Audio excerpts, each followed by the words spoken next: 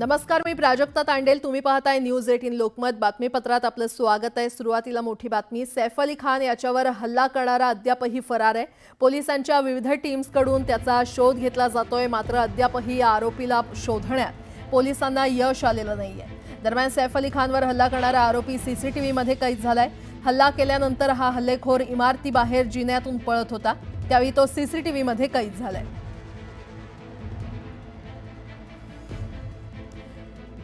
तर हाच तो हल्लेखोर आहे ज्यानं सैफ अली खानवर हल्ला केला आणि त्यानं चाकूने नव्हे तर ब्लेडनं सैफ अली खानवर वार केले.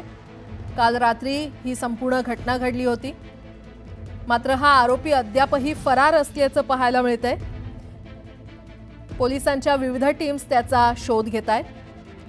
सैफ अली खानवर हल्ला करणारा आरोपी हा अजूनही फरार आहे. पोलिसांच्या विविध टीम त्याचा शोध घेतायत, मात्र अद्यापही या आरोपीला शोधण्यात पोलिसांना यश आलेलं नाहीये. दरम्यान सैफ अली खानवर हल्ला करणारा हा आरोपी सीसीटीव्हीमध्ये कैद झाला असल्याचं पाहायला मिळतंय.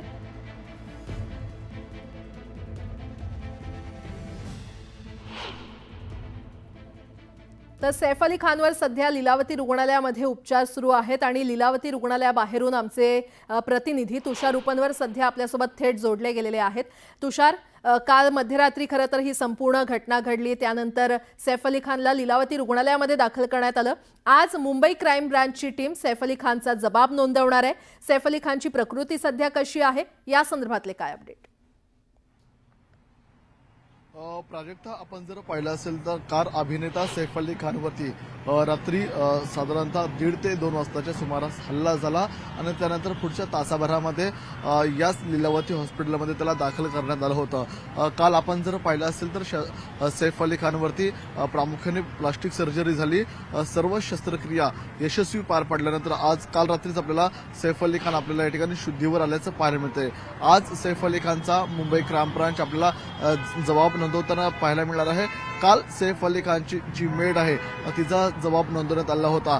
त्याचप्रमाणे मुंबई क्राईम ब्रांच सहित दया नाईक यांच्या विविध तुकड्या सैफ अली खानवरती ज्या माथी फिरून हल्ला केला त्याचा आपल्याला शोध घेताना पाहायला मिळत आहेत. सैफ अली खानवरती 24 तास उलटून देखील आपल्याला हा आरोपी अद्यापही फरार असल्याचं पाहायला मिळतंय.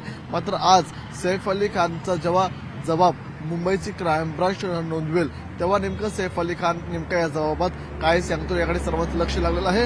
कारण की आपल्याला जी माहिती मिळते त्यानुसार जेव्हा सैफ अली खान साधारणतः इथूनच 3 किलोमीटरच्या परिसरामध्ये राहतो, त्याचं घर आहे, आणि जेव्हा त्याच्यावरती हल्ला झाला होता तो हल्ला झाल्यानंतर लीलावती हॉस्पिटलमध्ये दाखल झाल्यानंतर मुंबई पोलिसांना स्वतः त्यांनी कंट्रोल रूमला कॉल देखील केला होता.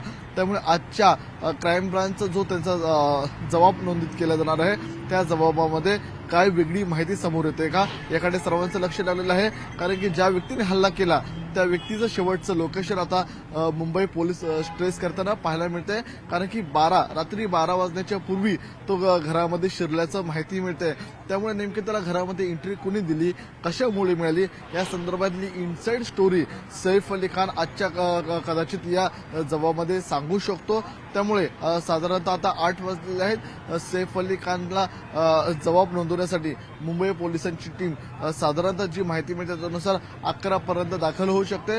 आणि सैफ अली खानवरती जेव्हा सुरुवातीला मॉर्निंगची डॉक्टरांची टीम पाहणी करेल त्यानंतर क्राईम ब्रांचला सैफ अली खानला भेटण्यास दिलं जाईल. आणि या भेटीमध्ये सैफ अली खान त्याच्यावरती झालेला हल्ला, सैफ अली खान बाबत किंवा त्याच्या जबाबाबाबत तुमच्याकडून वेळोवेळी अपडेट घेत राहू. तुर्तास धन्यवाद या संपूर्ण माहितीसाठी.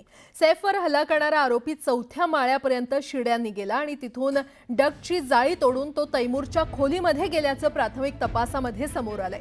सैफ अली खानच्या घराला इलेक्ट्रिक लॉक असल्यानं बाहेरून दरवाजा खोलू शकत नाही, मात्र आतून खोलता येतो. पोलीस त्या परिसरातले टॉवर लोकेशन देखील काढतायत. पोलीस सूत्रांच्या माहितीप्रमाणे सैफ अली खानच्या घरातील हल्लेखोर हा सराईत गुन्हेगार असण्याची शक्यता आहे आणि ही घटना ज्या पद्धतीनं घडली त्याची मोडस ऑपरेंडी पाहता हल्लेखोरावर यापूर्वी देखील असेच गुन्हे दाखल झाले असावेत असा अंदाज पोलिसांनी व्यक्त केलाय.